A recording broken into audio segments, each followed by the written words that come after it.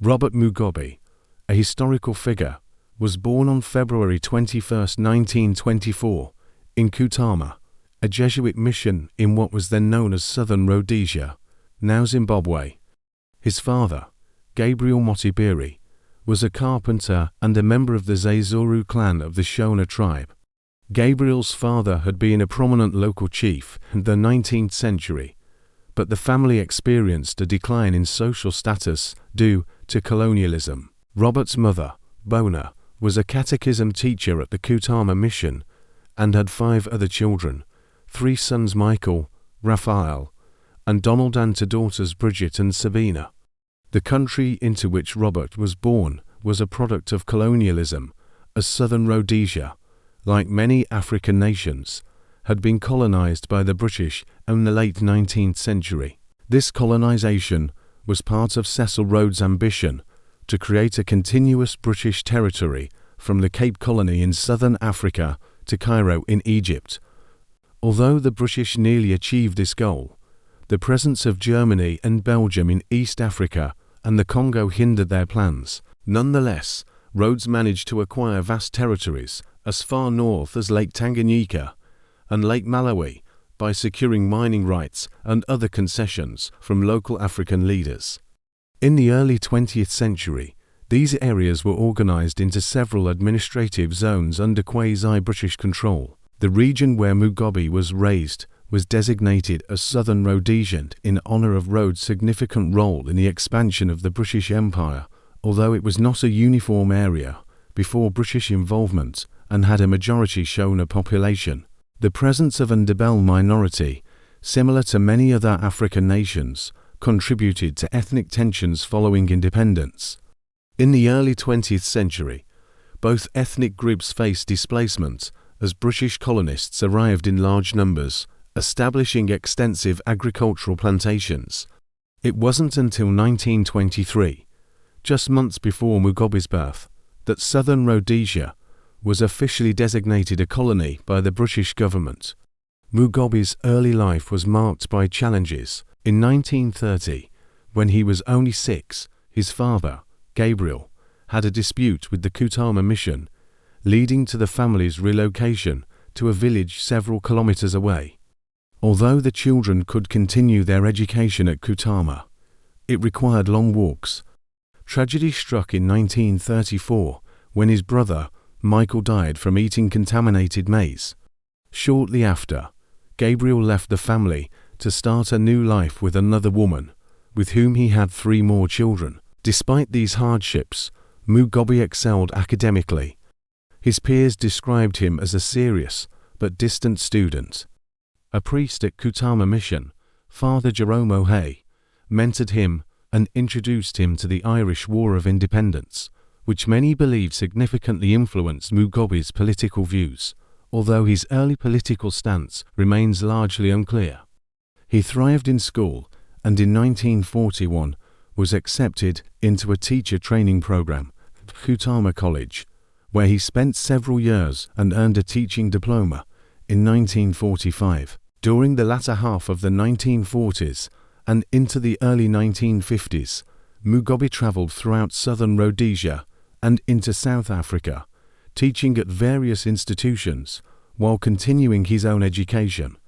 In 1952, Mugabe earned a Bachelor of Arts in History and English Literature from the University of Fort Hare in South Africa's Eastern Cape, the same university where Nelson Mandela had studied law years earlier.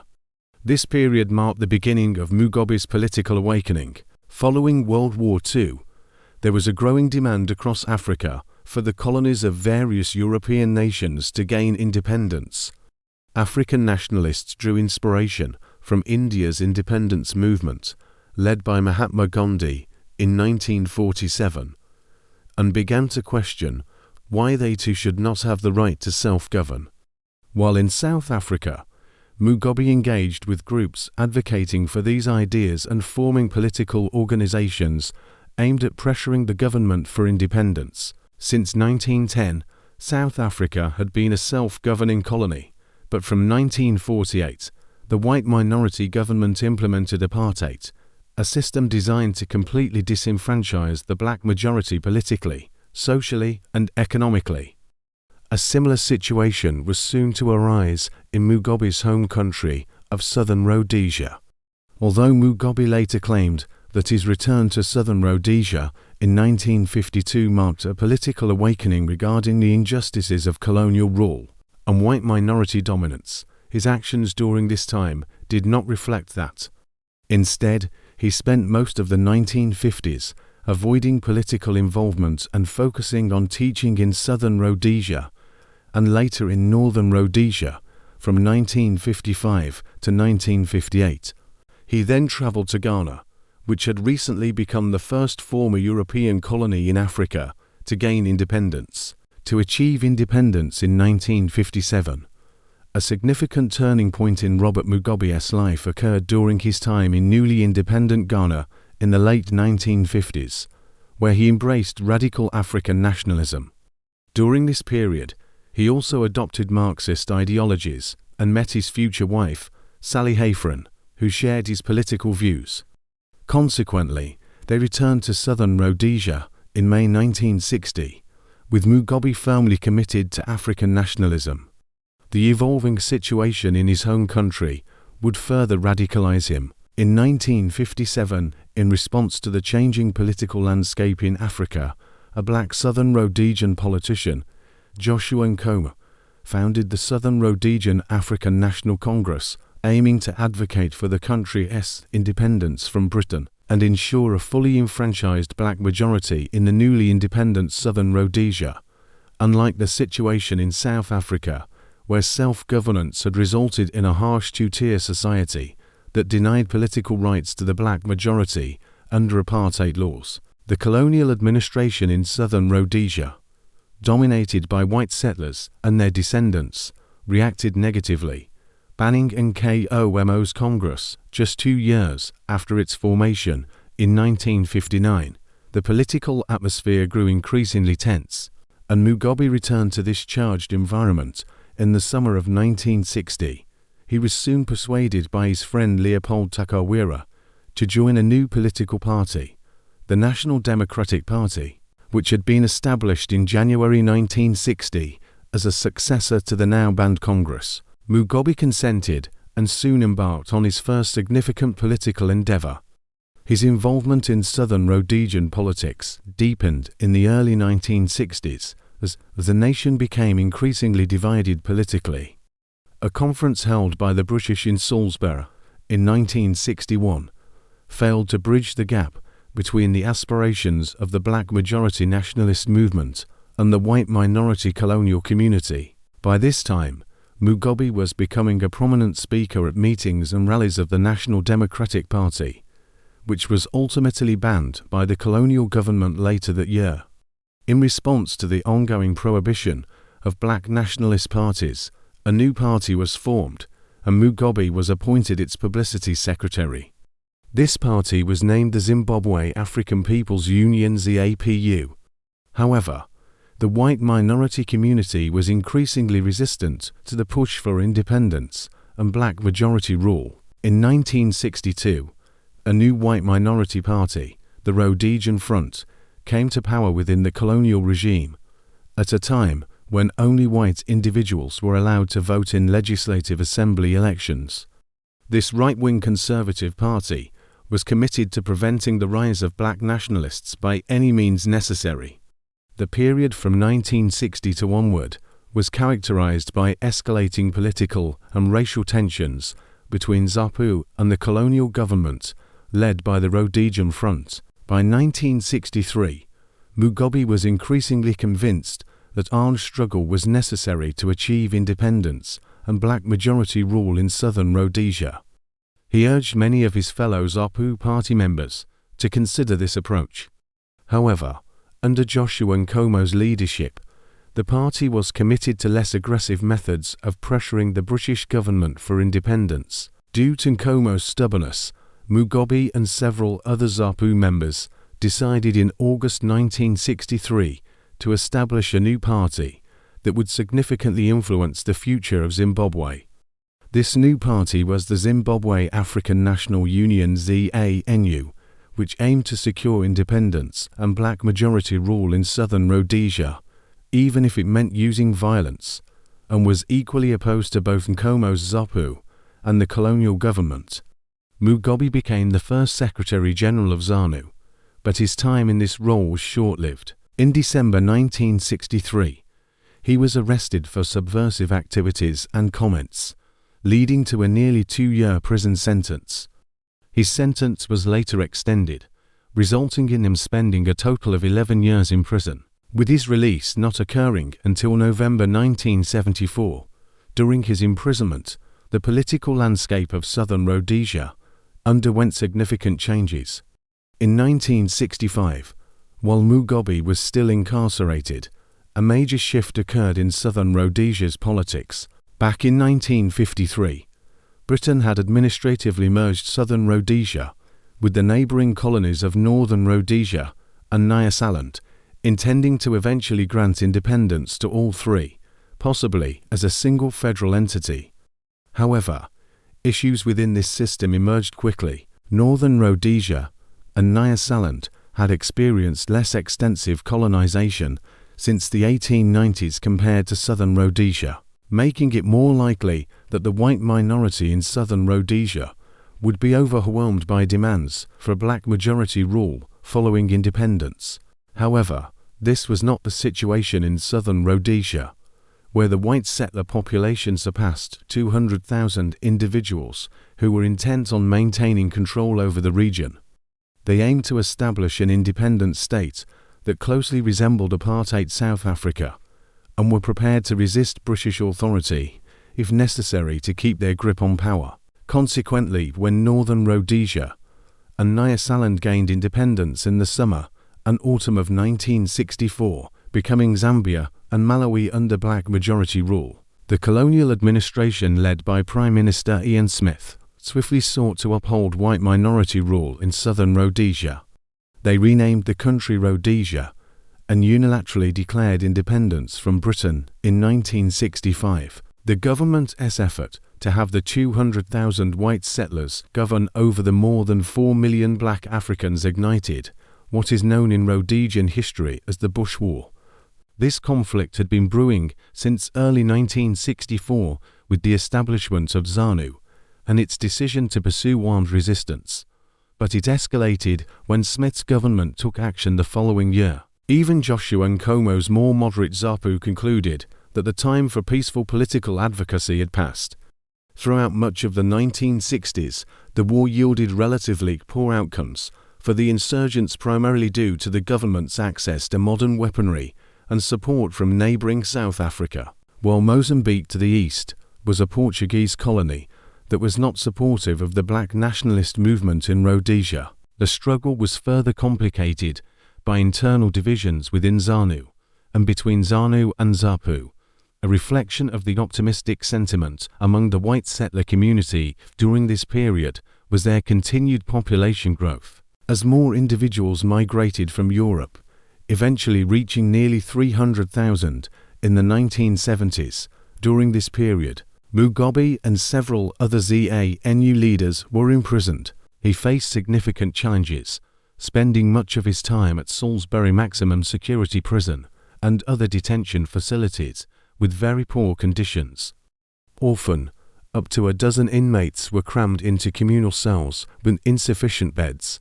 Despite this, Mugabe and fellow prisoner Beningisi Sitole, who co-founded ZANU with him and was also serving a 10-year sentence, managed to continue leading the party from prison. Many of the guards were black Africans sympathetic to their cause, making it relatively easy for them to send messages outside. As a result, Mugabe, Sitole, and others were able to significantly influence the direction of the Bush War throughout the 1960s and early 1970s. They were released in 1974, but soon after, the party became deeply divided over tribal issues and strategies for the war. Sitole favoured negotiating with the Rhodesian government to establish a transitional government, while Mugabe and his supporters were opposed to any compromise.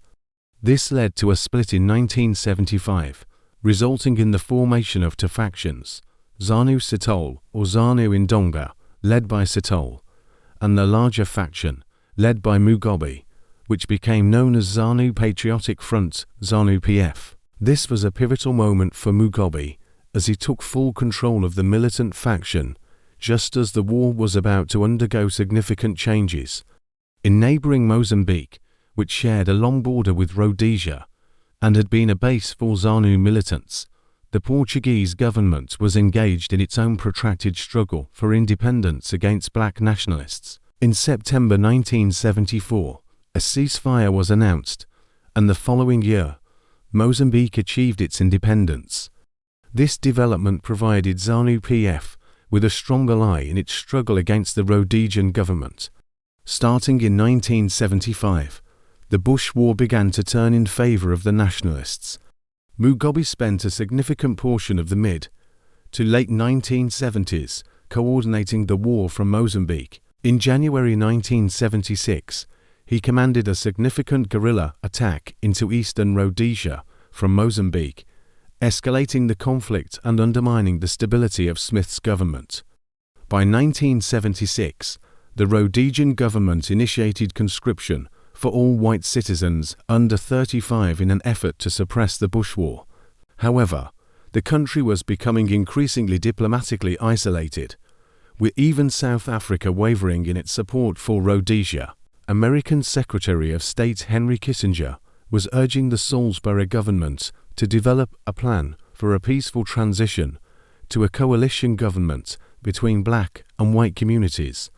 During this period, Mugabe was also consolidating his power within ZANU-PF in preparation for future black majority rule. In 1977, he arrested former deputy leader Wilfred Mahonda, and 2 years later, another potential rival, Josiah Tongagara, died under suspicious circumstances in a car accident.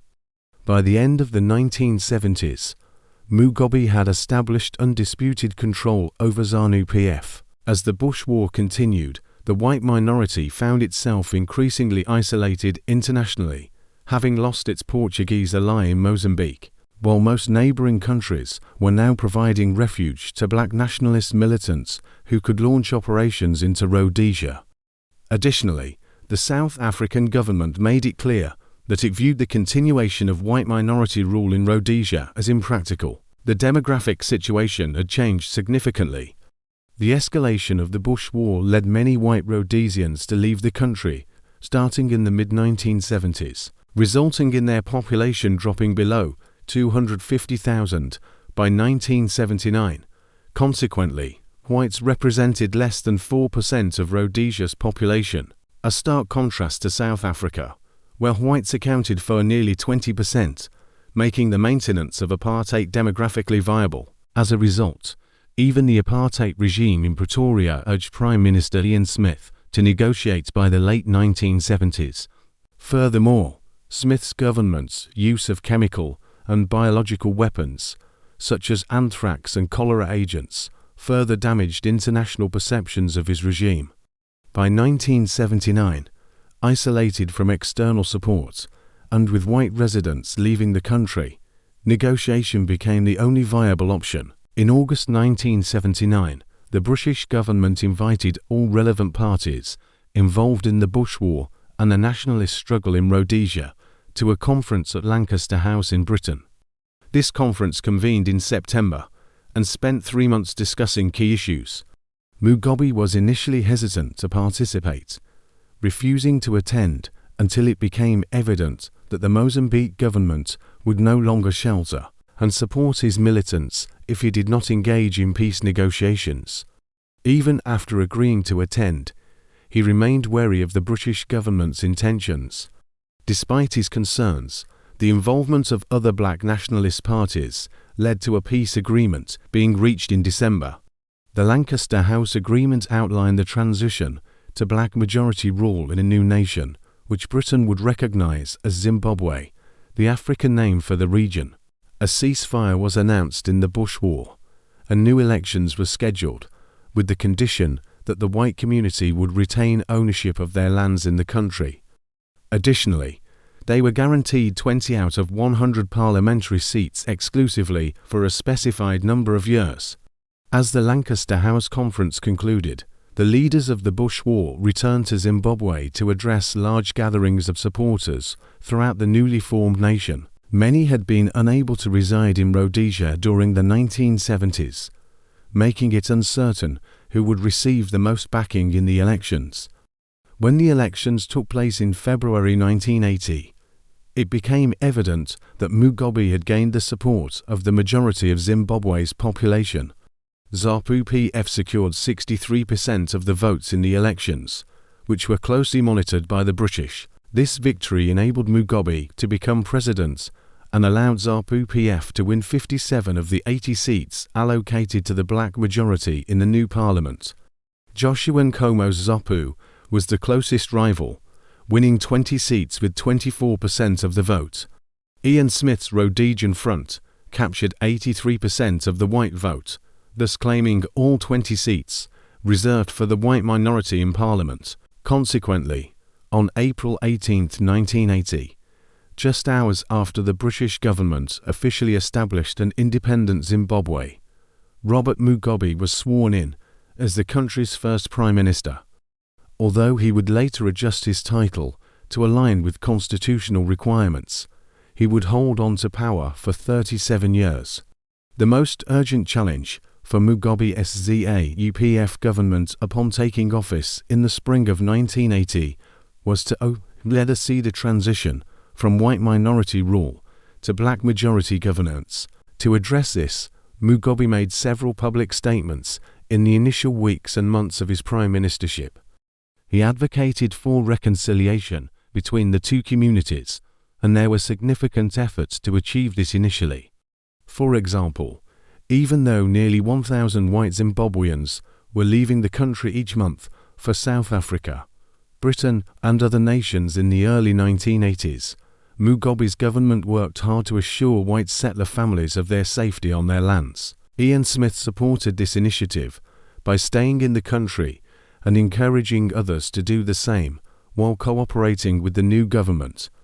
Additionally, the government, which benefited from substantial tax revenues generated by the agricultural operations of the white community, initially did not interfere with white landowners. However, by 1981, tensions began to rise as nationalists started removing statues of Cecil Rhodes and other colonial figures and renamed the capital from Salisbury to Harare.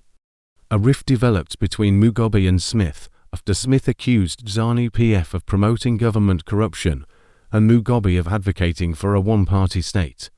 Ultimately, relations between the Mugabe regime and white Zimbabweans deteriorated irreparably. By 1985, the white population had decreased to just over 100,000 from a peak of 300,000 in the 1970s, as many emigrated to South Africa or Britain.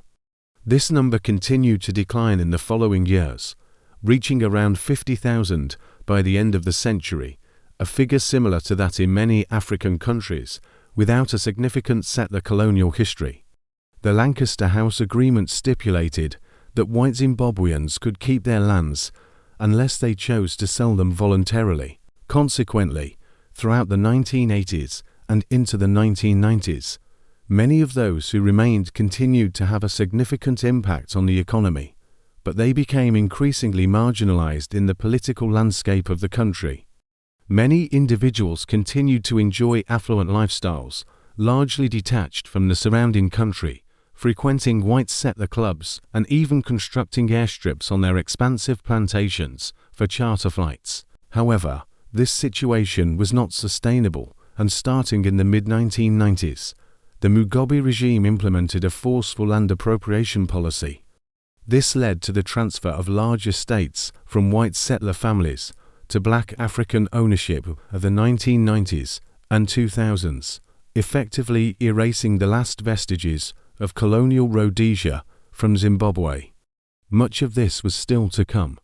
In the 1980s, aside from the dynamics between white and black populations, the economy and ethnic tensions among black Zimbabweans were significant challenges for Mugabe's initial administration. Initially, The economic outlook was quite positive. 4 years, Rhodesia had faced extensive economic and political sanctions from the international community due to its oppressive regime and its unilateral declaration of independence from Britain in 1965. These sanctions were lifted in 1980 when Zimbabwe's government gained legitimacy, leading to an economic boom as markets that had been closed off 4 years suddenly reopened. Additionally, with relatively stable race relations in the early 1980s, predominantly white-owned agricultural plantations were able to export their products freely, benefiting from a mutually advantageous financial relationship with the government. Consequently, Zimbabwe's GDP per capita increased from just over 900 in 1980 to 1,100 2 years later, marking nearly a 20% growth in just 2 years. The prospects for newly independent Zimbabwe appeared bright, but this positive trend was not to continue. Another significant factor in the early 1980s was that Zimbabwe gained access to major lines of credit from Britain, the United States, and other nations, which were eager to strengthen ties with Zimbabwe amid the escalating tensions of the Cold War during that period. Mugabe's administration took on significant debt, much of which was allocated to commendable social initiatives, such as the construction of hundreds of new schools and the development of a modern healthcare system. Consequently, literacy rates soared in the 1980s and 1990s, with over 80% of Zimbabweans becoming literate, and access to basic healthcare, including vaccines, improved significantly. However, a large portion of the borrowed funds was misused due to corruption, as the ZANU-PF party elite began to enrich themselves during the 1980s. This corruption led to a decline in the initial economic growth of the early 1980s, resulting in budget surpluses nearing 10% of GDP and substantial foreign debt. Additionally, the population of Zimbabwe grew from just over 7 million in 1980 to over 10 million by 1990, which contributed to high unemployment rates by the end of the 1980s. Another significant challenge for Mugabe's first government had a more tragic outcome. Although the Bush War had largely concluded in 1979 with the Lancaster House Agreement, some guerrilla groups continued to operate, especially in Mataboland, in western Zimbabwe. This reluctance to disarm was largely due to ethnic tensions among the black population. While most black Zimbabweans were Bantu, they were divided into various ethnic groups, primarily the Shona and the Ndebele. The Shona, to which Mugabe belonged, made up about 70% of the black population, while the Ndebele accounted for around 20%. Many Ndebele feared they would be marginalized by the new government, leading to ongoing low-level insurgencies in the West, even after black majority rule was established. Many Ndebele also supported Joshua Nkomo's ZANU party, which was the main opposition to Mugabe for much of Zimbabwe's early years of independence. Mugabe lost the 2008 presidential election in Zimbabwe to Morgan Tsvangirai. In the first round, Mugabe garnered only 43% of the votes, whilst Tsvangirai received 48%. The election results were heavily manipulated, and the official outcome was delayed for a month after the voting took place. Since Tsvangirai did not achieve the required 50% of the votes, a runoff was scheduled for June of that year. However, escalating violence between the government and Tsvangirai's MDC supporters led Tsvangirai to withdraw from the election. At that time, Mugabe had already declared that he would never allow Tsvangirai to assume the presidency. Following months of violence, Mugabe eventually agreed to a power-sharing arrangement, allowing him to remain president, while Tsvangirai took on the lesser role of prime minister.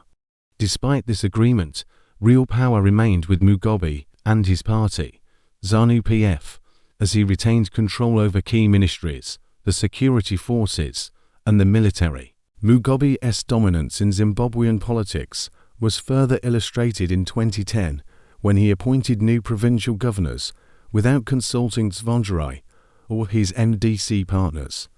The period of Mugabe's presidency and the power-sharing deal with Tsvangirai was characterized by extreme hyperinflation, leading to a severe economic collapse in Zimbabwe.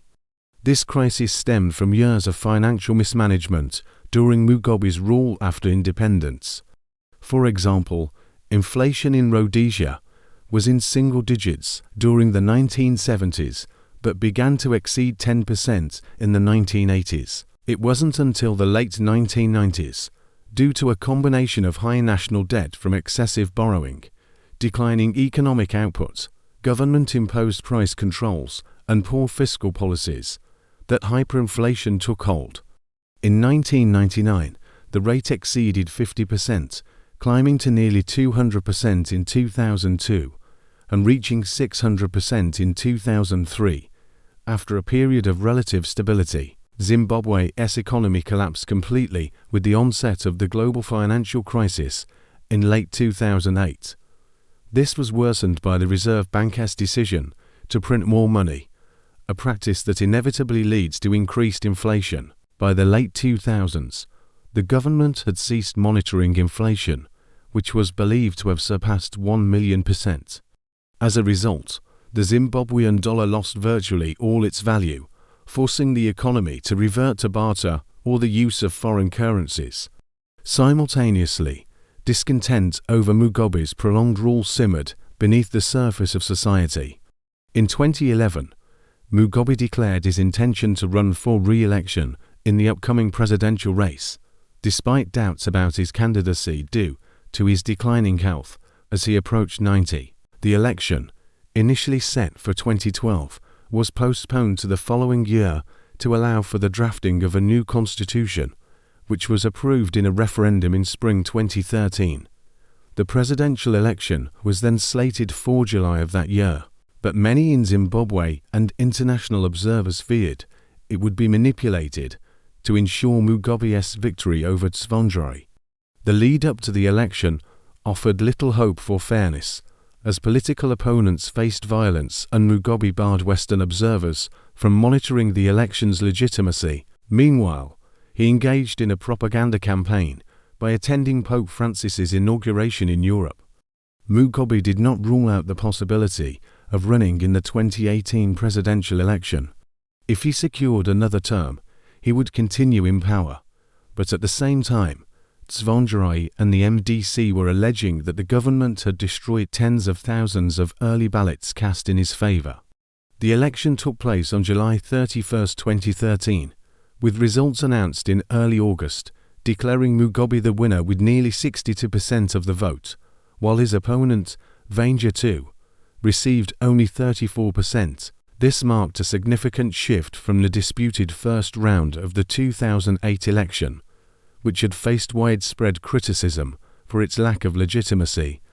Additionally, ZANU-PF secured two-thirds of the National Assembly seats. Following the 2008 elections, Mugabe and his party had to adapt to their rivals, but by 2013, they had learned from past experiences and manipulated the elections to guarantee a decisive victory for both Mugabe and ZANU-PF. Consequently, Mugabe was inaugurated for another term as president in late August, at the age of 89. However, this term was marred by ongoing hyperinflation and deteriorating living conditions. By this time, Zimbabwe was regarded as a pariah state by the international community, a status that would not change until Mugabe stepped down. His rule lasted until late 2017, when he was 93 years old, and he did not exit quietly. A crisis erupted in November 2017 as discussions about the 2018 election intensified, with speculation about Mugabe's unwillingness to resign. It seemed he was determined to remain in power, and government actions indicated a renewed effort to suppress political dissent ahead of the election. In early November, Mugabe dismissed his vice president, Emmerson Mnangagwa, who many believed was poised to succeed him as president and ZANU-PF leader. Tensions also grew between Mugabe and his wife, Grace Mugabe, who had become a significant political figure by leading the women's wing of ZANU-PF. The dismissal of Mnangagwa was too much for many in the military, leading to a coup by the Zimbabwean Defense Forces on November 14, which resulted in their control of Harare by the end of the day. This takeover was mostly bloodless, and the coup leaders stated that their goal was not to take power for themselves, but to oust Mugabe. Consequently, on November 19, ZANU-PF moved to remove Mugabe as their leader, replacing him with Mnangagwa. However, Mugabe refused to resign, and it was only after the Zimbabwean parliament began impeachment proceedings against him on November 21 that he finally stepped down after 37 years in power. Mnangagwa became the second leader of independent Zimbabwe just 3 days later. Following his ousting, Mugabe did not flee the country. Instead, he received generous benefits and payments from the Zimbabwean government, allowing him to live in a large house with numerous staff. He was also permitted to keep the vast sums of money he had embezzled over the years, and received an additional severance payment of 10 million. Despite this relatively favorable treatment, Mugabe sought to create unrest, spending much of early 2018 before the presidential election criticizing Mnangagwa and encouraging voters to back his rival, Nelson Chamisa, the MDC leader. This led many to speculate about a possible agreement between Chamisa and Mugabe. Nevertheless, Mnangagwa narrowly defeated Chamisa in the elections, which were again marred by questions of legitimacy, marking the end of Mugabe's political career. By this time, he was suffering from advanced cancer and was unable to walk. He sought medical treatment in Singapore, where he ultimately passed away on September 6, 2019. His body was returned to Zimbabwe for a state funeral, and he was buried in his hometown of Gukurahundi, leaving behind a nation devastated by his oppressive rule. Zimbabwe remains under the control of ZANU-PF, a party notorious for its disregard for democratic principles, plagued by extensive corruption and lacking legitimacy. The hyperinflation experienced in the 2000s and 2010s, stemming from years of economic mismanagement by Mugabe's administration, has severely crippled the economy. Poverty and unemployment are widespread, with much of the economy operating informally. Additionally, the wealth in the country is concentrated in the hands of ZANU-PF and its supporters, exemplified by Borrowdale, a wealthy suburb of Harare where senior party members reside in large mansions. In contrast, public services have deteriorated to unacceptable levels, leaving schools and hospitals lacking even basic necessities. It is not surprising that Mugabe passed away in a hospital in Singapore. This situation sharply contrasts with the circumstances when Mugabe assumed power in 1980, taking over a nation scarred by war, but previously one of the most prosperous areas in Africa during the mid-20th century. Mugabe and ZANU-PF's legacy has transformed it into one of the continent's poorest nations. Robert Mugabe is a highly complex figure. Much of his early life was not focused on politics, yet he was an accomplished individual, earning multiple degrees and gaining respect in his communities, both in Zimbabwe and abroad. His political awakening came in the late 1950s, when he was already in his mid-30s, and once it did, he quickly emerged as a key leader in the Black independence movement. This was followed by years of imprisonment and guerrilla warfare until Mugabe and ZANU-PF succeeded in ending white minority rule in Rhodesia. Mugabe was the first prime minister of the newly renamed Zimbabwe. If he had fostered democratic principles and stepped down after a certain period, he could have been remembered as a Zimbabwean Nelson Mandela. However, he chose a common path in post-colonial Africa, clinging to power and centralizing it within himself and his party, ZANU-PF. Like many other nations on the continent, after gaining independence, Zimbabwe experienced violence and economic decline as the initial excitement over ending white minority rule faded. By the late 1990s, the economy collapsed, yet Mugabe remained unwilling to give up his control. When he was eventually ousted in 2017, the positive aspects of his earlier resistance to white minority rule had largely faded from memory. He was then seen primarily as a tyrant, overshadowing any of his previous achievements. What are your thoughts on Robert Mugabe? Should he still be regarded as an African freedom fighter, or do his later actions as a ruler and tyrant negate his earlier successes? Please share your opinions in the comments, and thank you for watching.